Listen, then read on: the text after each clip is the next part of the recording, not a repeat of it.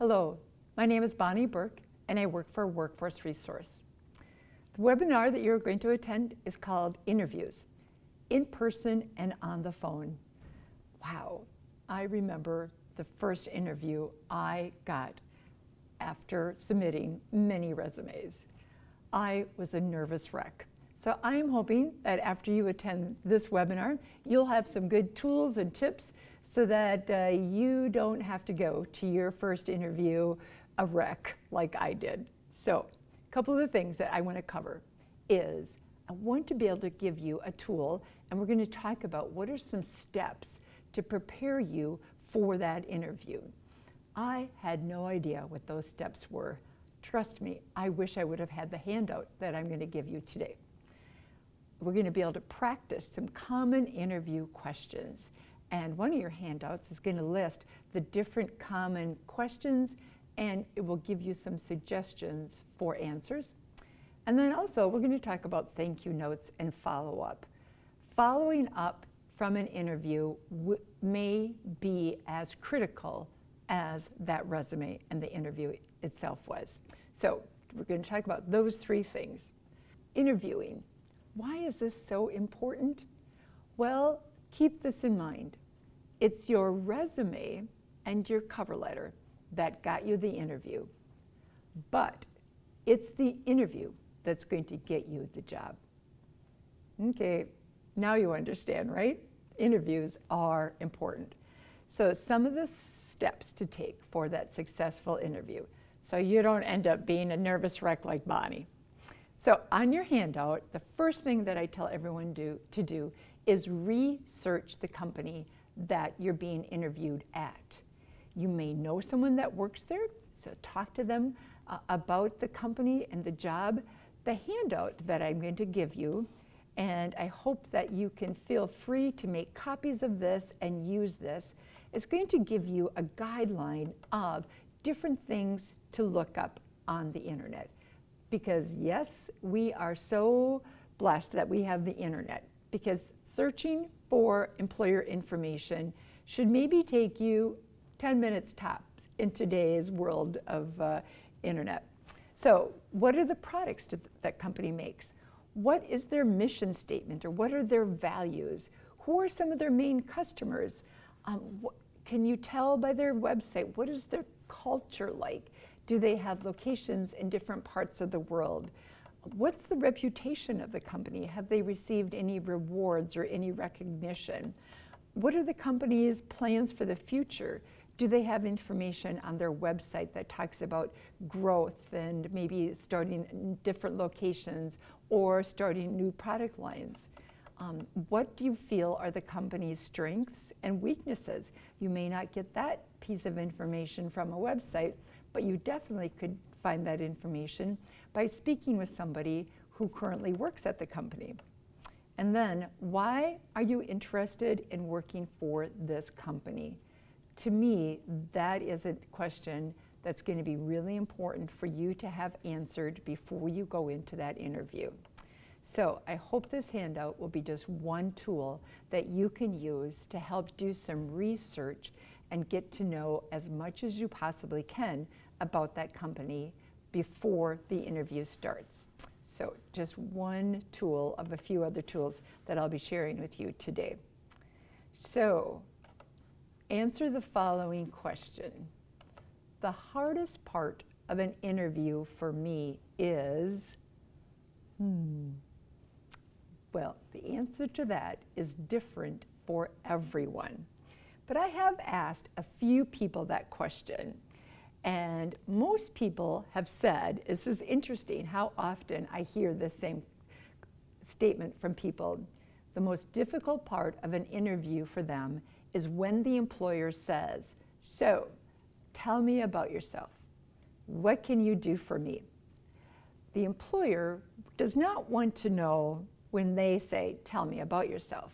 They don't want to know that I have 9 grandchildren, I love to garden, I have a little business on the side. They don't want to know that stuff at all. They want to know, what are my qualifications? Does that sound familiar if you attended my resume workshop?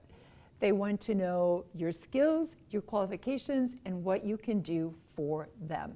So be prepared with the answer for that question, because statistically, many, many employers are going to ask. They may not come out and say, what can you do for me? But yet they may ask you, so tell me about yourself. And that's what they want to hear. So you must do more than just tell them what you've done. You have to be prepared to prove it.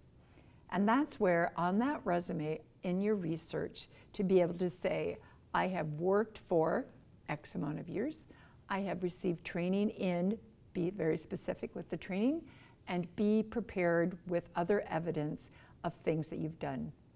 On the top of my resume when I was job searching, one of the prove-its I put up there, which I was really, really proud of. My last job, I was involved in lean manufacturing, kind of like continuous improvement. Well, at the end of a calendar year, my organization, because of my leadership in lean, we saved the company $450,000. That was at the very top of my resume. Was I able to prove it? Absolutely. So in my interview, I was able to tell them how and what we did to save that much money. So be ready to prove it. So I also have one of the handouts for you today is called Prove It. I'm going to bring that up so you can take a look at it. This handout is typically kept out front on most job centers in the resource room. And it's from the Job Center of Wisconsin Department of Workforce Development. So Prove It is what I love about this handout. It's going to tell you, you might be surprised by how much you have forgotten. If you have worked for a couple of different employers and you're asked for specific information about what you did, hopefully this handout is going to give you some good questions to be prepared for at that interview. So prove it. Now that you've thought through your accomplishment, don't hesitate to market those accomplishments to your employer, i.e.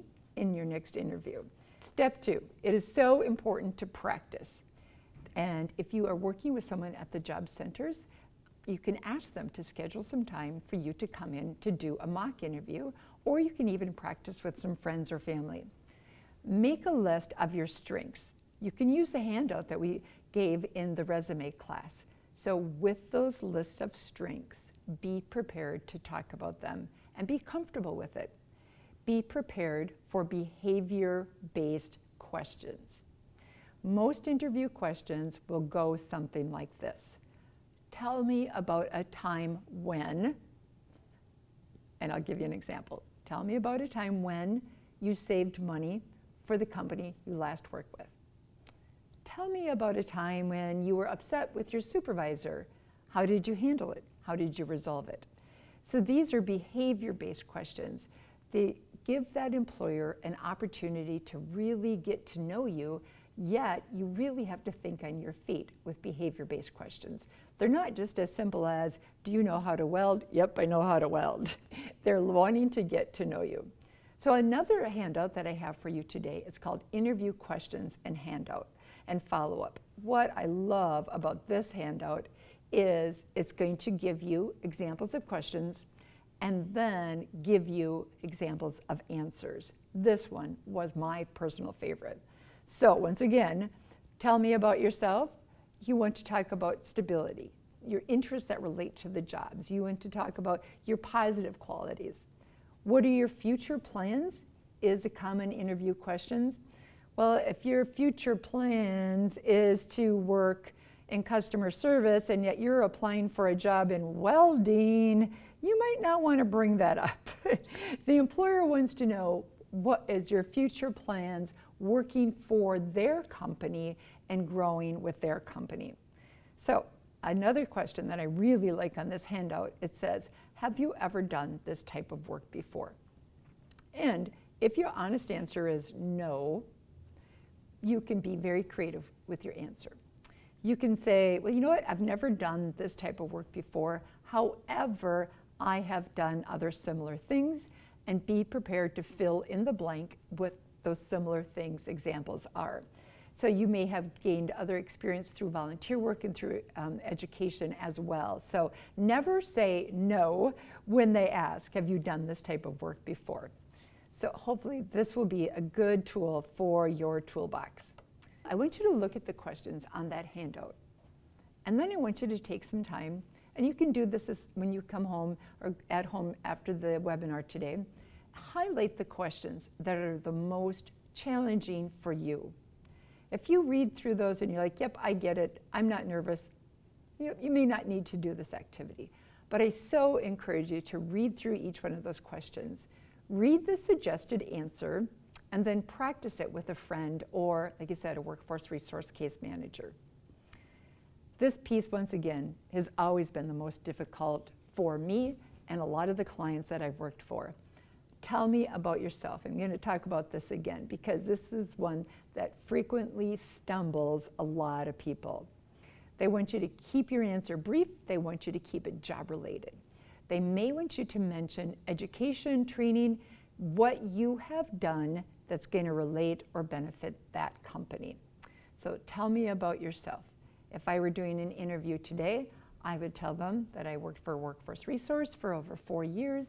I was a consultant and I did extensive amount of training. I would go into detail on the different types of training that I facilitated. So keep it work related. Reassert that you are very interested in the job and working for that company. What are your weaknesses? This is a question also that I know has really tripped a lot of people. Because if you say, you know what, I don't have any weaknesses, wrong. We're all human. We all have weaknesses.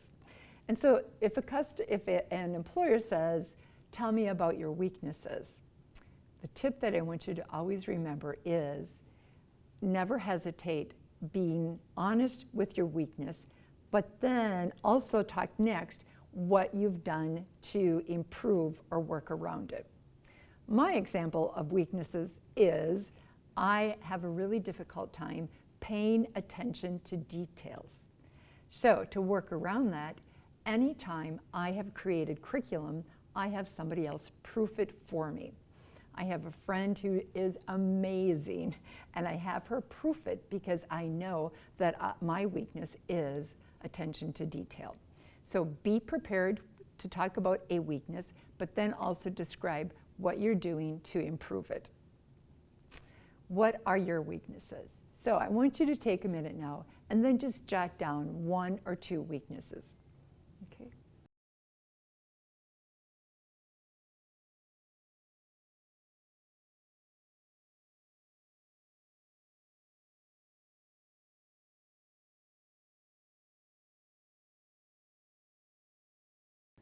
It's a hard one, isn't it?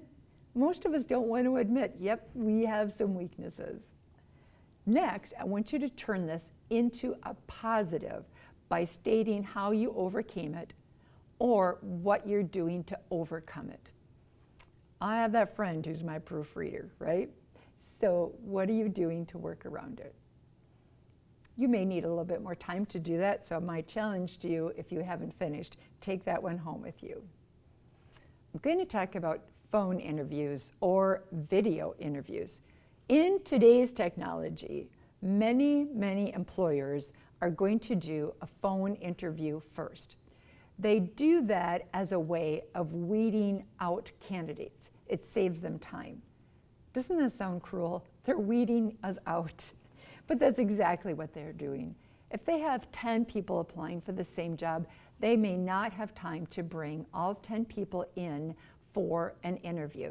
So with the phone interview, it's very brief. It's going to give them a chance to ask you some key questions, and depending on your answers will depend on whether or not you get a face-to-face interview. So make sure your phone is charged and that you have good reception. With today's world, with our cell phones, if you say, yes, I'm available for a phone interview at 4:30, at 4:30, you better look down and that you have all bars on your cell phone, that you have reception, and that your phone is charged. I'm passionate about those 2 things because guess what? That happened to me. You bet it did. I had a phone interview. I picked up the phone. I was in my van. I'd pulled over because I knew what time the phone call was coming in. I looked down. Oh, shoot. My battery was dying. So I found the things. I plugged it in. I thought, okay, I saved it. Then I looked down and like, oh, I only had 1 bar. So I'm driving and driving, trying to get more bars. It was the craziest day. I cannot believe I got a second interview. The whole time, I'm trying to sound like I'm calm and relaxed and that I've got this thing covered. Would have been much easier if I had been prepared. So, remember I told you I was in the car? Not a good idea. Check for background noises. And if anything in the background could be distracting. Do you live near a railroad track? Do you have children at home or dogs? So making sure that what the employer is going to hear is going to be your voice and not distracting. Have your resume and a list of your questions in front of you. Have your resume, maybe your cover letter, any of your professional documents, have that right there. So when they ask you questions, you can refer to your resume and be able to answer it clearly. Don't hang up until you've asked or you know what is the next step in the interview process. That employer may say, you know what, we have a few more people to call, we'll call you back. And you can ask for a date. Say, can you tell me approximately when will you be making your decision? Or can you tell me what will be the next step in the process? The other piece that I forgot to mention is focus on not only the tone of your voice, yet your language. If you typically talk really fast, or if you talk typically slow with a lot of ums, ands, well, you may want to practice before you get that phone interview. So hopefully that will give you a few tips because many employers are using phone interviews. The other video that I have down in the right-hand corner of my screen could be from Snapchat or FaceTime. If an employer is going to interview someone who lives hundreds of miles away, instead of just a phone interview, they may ask you to do a face-to-face interview using the internet. It's becoming very popular. It saves that person time and it saves the employer a lot of time and money as well. So it may be an option for some of the jobs you're applying for. So be ready to answer some of the difficult questions. This video that I'm going to have you watch, once again, I hope it's brings a smile to your face, but listen to some of the answers that these people are giving. I think these are college students that are doing mock interviews, yet I think it's going to re-emphasize how important being prepared for an interview is. I hope you enjoy this video. Why have I had so many jobs? I get bored easily.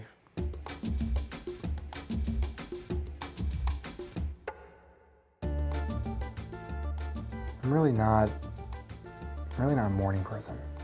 You're not? No. Okay. So tell me, why do you want this job? Why do I want this job? What do you consider your greatest strength? My greatest strength is chilling with the coworkers, you know? Hold on just a sec. I don't want to do anything boring. There's no drug testing here, right? Man, I hop from job to job. As soon as they bore me, I'm gone. Why do I want this job? Yeah, that's a good question. Yeah, I got nothing. What can I offer? That's the I can bring sexy back. Yeah. That was a good one, right? That was a good one, right? Yeah. So why should we hire you? I need some extra money to pay off some gambling debt. Do you really? Hey, how are you? Oh, that sounds great. So what do you think? Would you ever bring a phone to an interview? No. This lady was even talking on the phone during her interview. Leave the phone in the car. So I'm going to share with you a few other tricky interview questions. When you read this, you're going to think, really? Trust me, these questions do get asked. So think of this question. If you were an animal, what would you be? Yep, that is an interview question. What they're looking for is character. So tailor your answer to the job you're applying for. For example, if you're applying for a job that requires you to interact well with people, outgoing, friendly, you might say you want to be a dog. It's absolutely fine to smile when you get asked some of those tricky interview questions. It's absolutely fine to say, you know what? I've never thought about that. Do you mind if we come back to that question? I need a little while to think about that. I have another tricky interview question for you. If we shrunk you the size of a pencil and put you in a blender, how would you get out? Yikes. You're the size of a pencil, you're in a blender, you want to get out before someone turns it on. How would you do it? Why they ask a question like that is they're asking about your creativity. Can you think on your feet? What are your problem-solving skills? So this is when I've asked other people that question. That one really stumps them because they're like, do I have an eraser? If I have an eraser, maybe I would bounce out. But be creative. So here's another one. Name 5 uses for a stapler without staples. Well, I could use it as a hammer. I could use it as a paperweight. What would you come up with? What they're asking is, can you think outside the box? So even if you don't come up with 5, try to come up with as many as you can. Problem solving, creativity, all of those soft skills are very important in almost every job. So, topics that should not be discussed in an interview. Sometimes employers do not know all of the interview laws or do's and don'ts. Or sometimes you may be getting an interview with a brand new supervisor who's never had any training on how to interview. So technically, an employer should never ask you, are you married or do you have children? With that information, if a person, let's just say for an example, if they have 5 children, the employer may think, whoa, do they have daycare arranged? That person's going to miss a lot of work, right? You know, sick kids, school activities.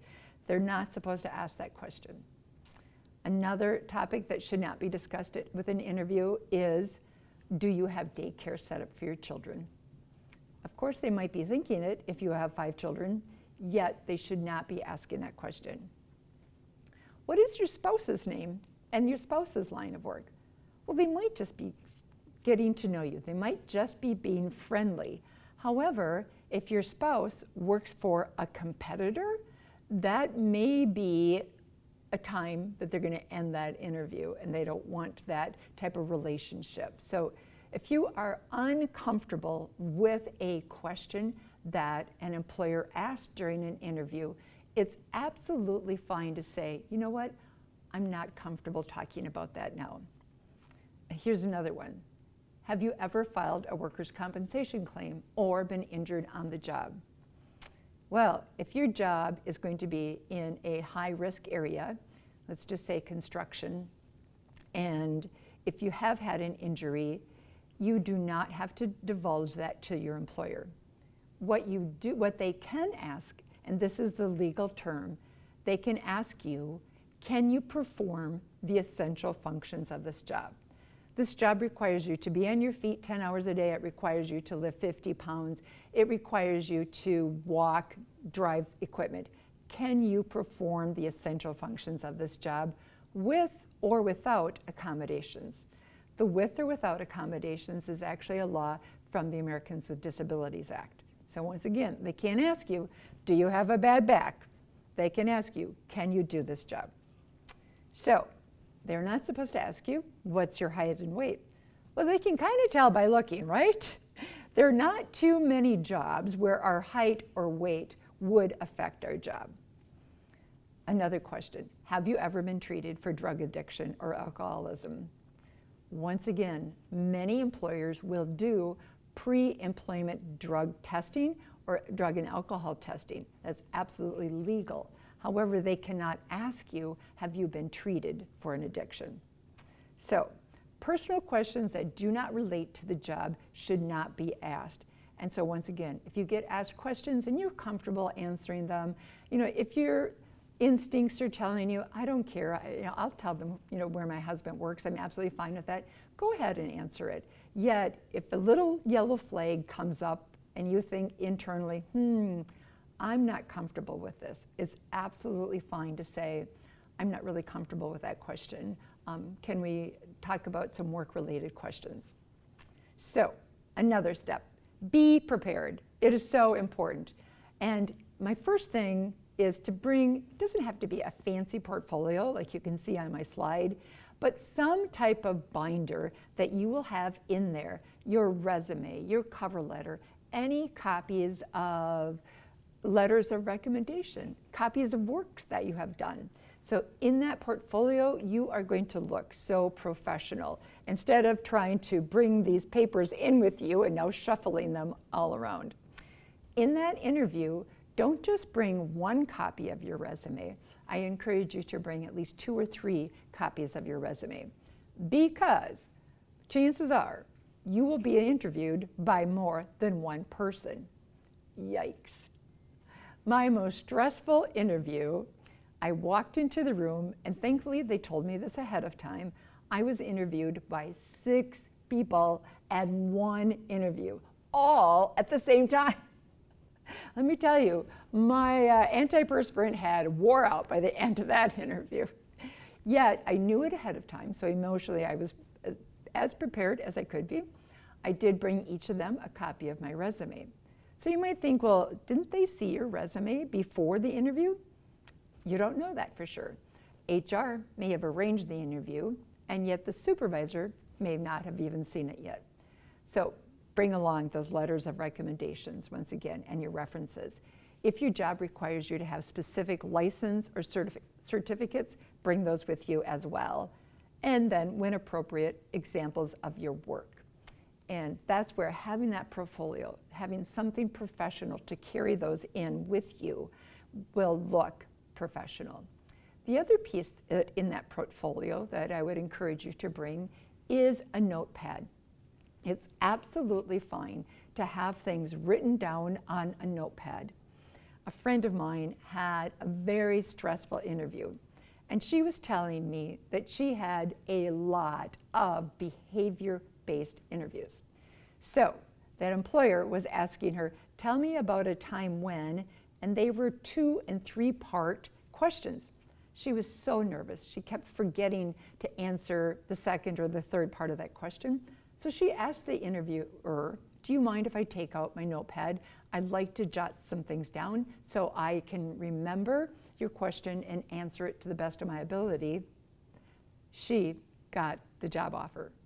That employer told her that her wanting to write things down, wanting to answer the questions the best of her ability was what really impressed them. So bring in that portfolio, bring that notebook in as well. Another step to be prepared for is your salaried range.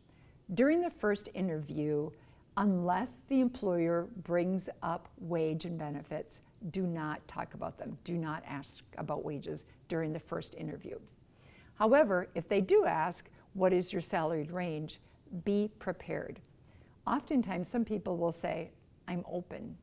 So does open mean you'll take $7.50 an hour? Or open mean that I'll take whatever you guys are offering me?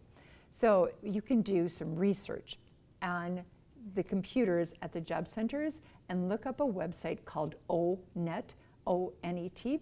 And on that website, you'll be able to find the salaried range for almost any occupation you can think of. If you need help with that, always ask the resource specialist in the resource room. They should be able to help you with that as well. So know what days and hours you're available. If you can't work weekends, be prepared to be able to talk about that, why, and during that interview. Be prepared also to be positive about your previous employer. Remember I said earlier that I'd lost my job? Well, the same day I lost my job, so did 15 other people. It was a huge downsizing. Did I think positively about my employer? It took me a long time to get an attitude adjustment. However, in my interviews, I always talked about the economy.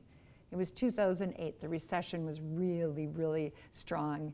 So not only did I lose my job, so did other people. And no matter what, never talk negative about a past employer. Because if you do, if I would say to them, yeah, you know, they laid me off. I gave them 13 years of the best 13 years of my life. I don't understand it. I could have driven their forklift. Well, do you think they would have given me the job offer? Chances are no. They would rather you just talk about this is what happened and this is what I've done since. So in your handout, I have another handout for you. Some questions you can ask an employer. I want you to read through that because once again, remember at the beginning of our webinar, I talked about and gave you a handout on doing research for the company. Almost every single interview, the interviewer is going to ask you, so what questions do you have for me? And if you say, I don't have any, it shows that employer that you didn't do your homework. It may also give them a signal that you really don't care about their company. So some examples to be prepared for, you could ask, so what are the essential functions of this job? What are the tasks that I'll be required to do? Are there chances for career growth within your company? Where do you see the company going within the next 5 years? One question that people used to ask that an HR person said, I think you should put a bold line over this and recommend people do not ask this question. So it used to say, could you tell me why the job is open? And if the job is open because someone was terminated or lost their job, it could be very uncomfortable for the HR person. So I would stay away from that question. An HR person actually encouraged me to tell people, don't ask why the job is open. You could say, hey, is this a new position? And leave it at that. So good. Be prepared to ask questions about the company. So picture yourself getting the job. I love this little picture. I have used it before in some of my presentations.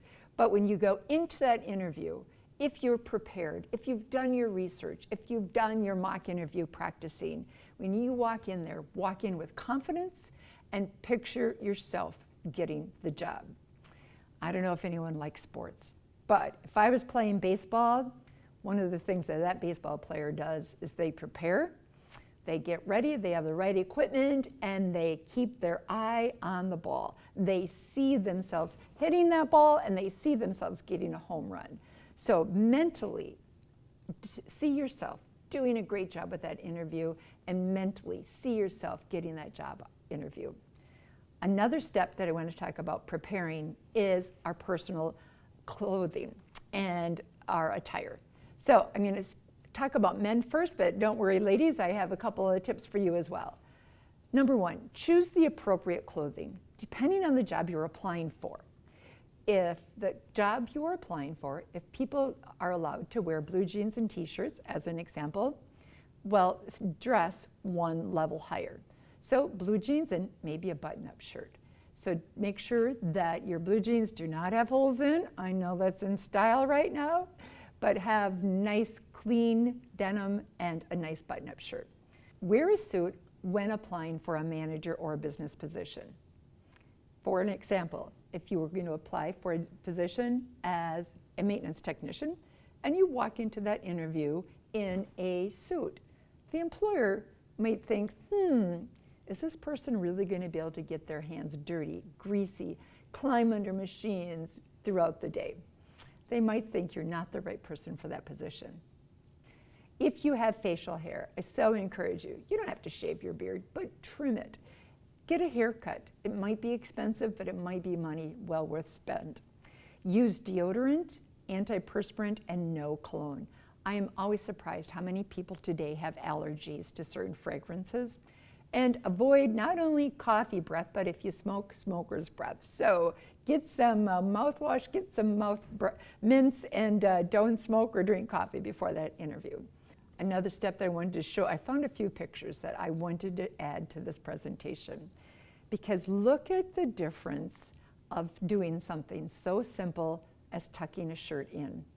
So this gentleman has a button-up shirt, which I think is really professional looking. However, just tucking it in adds that one more step of professionalism. This picture I know might be a little bit hard to see, but we'll zoom in on it and hope that you can see the difference. Kind of divide this man right in half. So the left hand is clean, crisp shirt. His pants are pressed. He really looks nice. And trust me, I hate to iron, but for a job interview, I get out my rusty iron and my ironing board. The other side of him, his shirt is rumpled, and that can easily happen even with a seat belt. His pants, they look like he maybe pulled them out of the laundry hamper. So make sure that your clothes are pressed, that they look professional. Have a t-shirt on underneath your shirt, and then wear a belt and some clean shoes. But once again, if you were applying for a maintenance technician, you would not have to have the nice khaki pants. Denims would be absolutely fine. So body art is so popular in today's world. So one of my encouragements for you, if you have body art, is for tattoos, if at all possible, and depending on the job, cover it with your clothing. For an example, if you were applying for a job as a bartender and you knew that tattoos was absolutely fine and appropriate in that place, you wouldn't have to cover them. However, to be on the safe side, I still would encourage you to. The person with the earring, very popular. Lots of facial piercings, very popular. If possible, I would encourage you to take it out for the interview. I'm going to talk about women next. Once again, talk about your clothing. I'm going to give you a couple pictures in another slide to show you some appropriate clothing. Once again, use deodorant, but no cologne. Wear closed-toed shoes. Well, in another couple weeks, we aren't going to have to worry about that. It's going to be cold in Wisconsin. However, if you have an interview and it's the spring and the summertime when you normally do wear sandals, to an interview, always make sure that you are wearing a closed-toed shoe. It's one simple step of just showing professionalism. Minimal or even no jewelry, depending on the position. Jobs such as in healthcare, if your job is in a restaurant, hospitality, oftentimes you cannot wear jewelry. So be very cognizant of the requirements for the job that you're applying for. Minimal makeup. I know the older I get, sometimes a little bit of makeup kind of hides those wrinkles, but minimal is the key. Check your nails. I am a crazy gardener in this time of year. I'm getting rid of all the weeds and pulling out all my tomato plants and saying a little goodbye cry as I'm doing it, but my hands always look awful. If you have a job interview, do a light polish or no polish at all, but just making sure that your hands are clean, and that's the only thing that should really matter. Neat hairstyle. Well, that's kind of subjective. Yet, take a look at what do people who work in that facility, how do they wear their hair? Is it always back? Is it always up? And if it is, chances are it's for a reason. Have no undergarment showing. With some of our tops, especially for spring and summer, we have very thin tops, just making sure that bra straps aren't showing, and then no cleavage as well. Lots of tips for women. It seems almost a little bit harder, right? Well, this example, I really liked it when I found it, because she's dressed over here on the yellow top and her heels. I kept thinking when I looked at her, what type of job is she applying for? If it's in like hospitality or tourism, maybe, but she has heels, I would say wear flats. Her toes are open, I'd say wear a closed-toed shoe. I would say wear long pants and not a capri. Get rid of the big colorful handbag and the big necklace. And just look at the difference, same woman, just dressed two different styles. But once again, if her job is in manufacturing, she could do a nice sweater like that in blue jeans, which would be absolutely acceptable. So know the type of business that you are going to be interviewing for and dress accordingly. One rule of thumb is dress one level higher. I love these two pictures. And granted, it's two different women, but look at the difference. The woman who has her hair tied back, the white button-up shirt, compared to the other woman. She looks absolutely fine, the lady in black and the blue jeans, yet the other woman looks a little bit more professional, and chances are it didn't cost her any additional money. Maybe a nice new white shirt. So the interview itself, a few tips. Be there early, but not too early. My husband has the saying, if you're not 15 minutes early, you're late. Well, for an interview, you don't want to be more than 10 minutes early. If you get there 30 minutes early and they're not ready for you, it kind of throws a wrench in their day, so to speak. So be about 10 minutes early. Remember that the interview starts when you drive into the parking lot. Right. Some people actually look at the type of vehicle you drive. They're looking to say, do you have children in the car? Do you have dogs in the car? Is your car clean? Be polite to the receptionist. That person who greets you will be asked later on, so what did you think? And then also, the first 5 minutes of an interview are critical. It's absolutely fine to say, you know what, I'm a little nervous here. And if you start stumbling or forgetting things, absolutely fine to say, you know what, I just need to get a quick glass of water and I'd like to start over. Smile and a firm handshake. Keep this in mind. This is a true story. In my last job, I was helped in human resources a little bit, but every person that I, as an HR person, interviewed, our plant manager said he wanted to meet them also. And I was like, really? You're a pretty busy guy. Don't you trust me? And he said, oh, I trust you. What I want to do is I want to shake their hand. I'm like, okay. So every interview, I had to page him. He would meet me in the hallway, not even in his office. He would extend his hand, and what he was gauging for, did the person have a firm, professional handshake, or was it wimpy? Or was it all slimy or sticky for something they just ate? And did they smile with confidence and look them in the eye? He said if they did not smile with confidence, if they did not look them in the eye, if they were shifting their feet and looking on the floor, if they had a wimpy handshake, he would send me an email with thumbs down. He'd say, I trust your choice, but I'm going to tell you, from my experience, they're not going to work out. 90% of the time, he was right. Every once in a while, I didn't listen to his advice, but keep in mind that handshake, those first few minutes, that first impression is really important. The other piece of that, however, to be aware of is there are several cultures who do not like to be looked in the eye. There are several cultures where a handshake, especially with a woman, can be looked at as being impolite. So know the culture of the company and who will be interviewing you. That may be a helpful tip for there. So the interview. When you walk in and you shake their hand, address them as Mr. or Ms. fill in the blank. If you know their first name, always initially address them by Mr. or Ms. Chances are they're going to correct you right away, yet it just shows professionalism. Always, always thank them for their time. Ask them when they're going to make their decision, and then ask for a business card. You might think, why do I want one of their business cards? You want that business card so that you have the correct spelling of their name, their correct mailing, and phone number.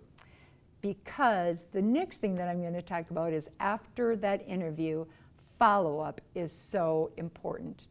When I say follow-up, I mean a thank you note.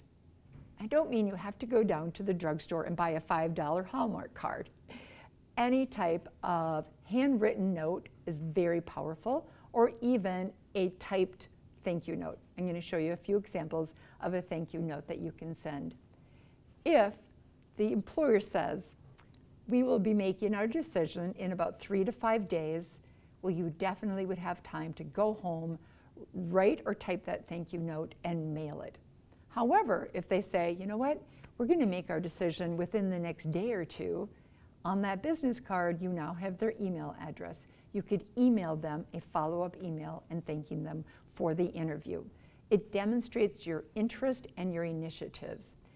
If you haven't heard back from the employer after about 3 to 5 business days, and the employer did say they would be making their decision within that time frame, it's appropriate to call as a follow-up.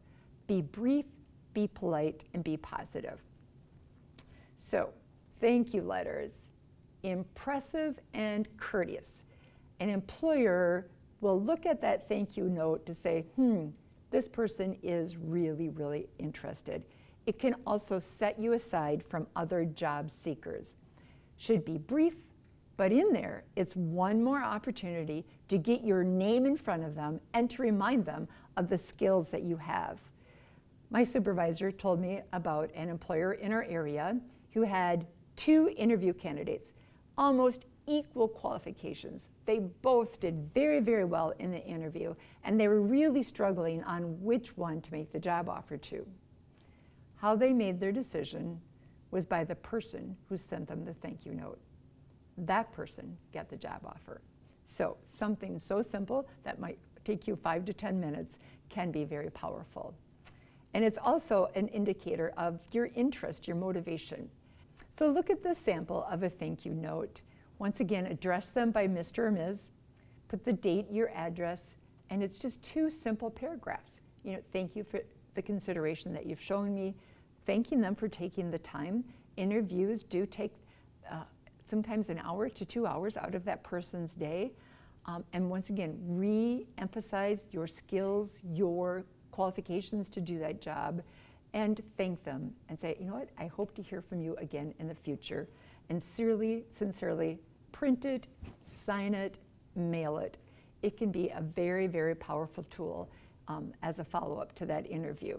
So there's just one example that I wanted to share with you today. On the internet, there are several other examples of thank you notes that you could send an employer as a follow-up to an interview. So we talked today about how to prepare for an interview. We talked about what is the hardest part of an interview for you, how to dress, what to do with those tattoos, what type of documentation should you bring with you, and the importance of being early and not too early. Interviews today can be the one piece that can either give you that job offer or can make that employer shake their head and say, nope, not the right person for this job. The one piece that I do want you to keep in mind is if you have been turned down for a job and you felt, oh, I know I have the qualifications, and you thought the interview went well, I would encourage you to call the employer. If you are interested in the company, if you're passionate about that job opening, it's absolutely appropriate to say, I was so excited about your company. Could you please share with me some of the skills or qualifications that I was missing? Because in the future, if there are job openings with your company, I want to be as prepared as I can. And trust me, most employers will tell you. They're not going to tell you who got the job, but they might say, you know what, I felt you needed to build your skills in, and they'll fill in the blanks. It can be a tool that can be so valuable for you. Because remember, no to an interview means no now. It doesn't mean no when another job opening comes up within that company. It is discouraging to get a letter as a follow-up to an interview that says, thank you for your time, we have chosen someone else, those standard letters. However, I'd prefer getting those letters, and for some employers, they don't send the letter and they don't call, and that's normal as well. But brush yourself off, get yourself back to that resume and job searching, because what that means is you've just had an amazing experience that you've learned from, and now you can do better with the next interview. I did a little research and I wanted to share with you the information on this slide, because what I found out was why employers feel they were not able to choose specific people for the job. So why people don't get hired is how this article was titled.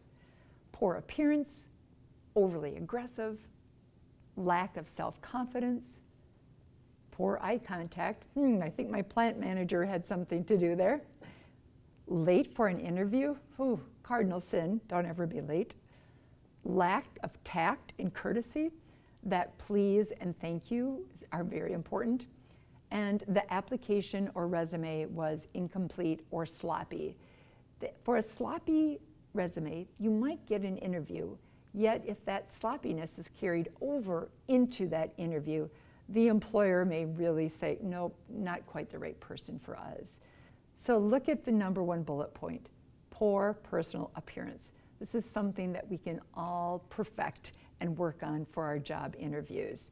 So take a look at this list.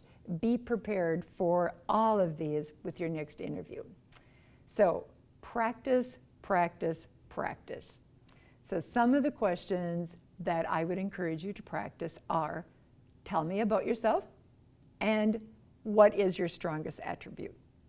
Remember once again, that employer wants to hear what you can do for them.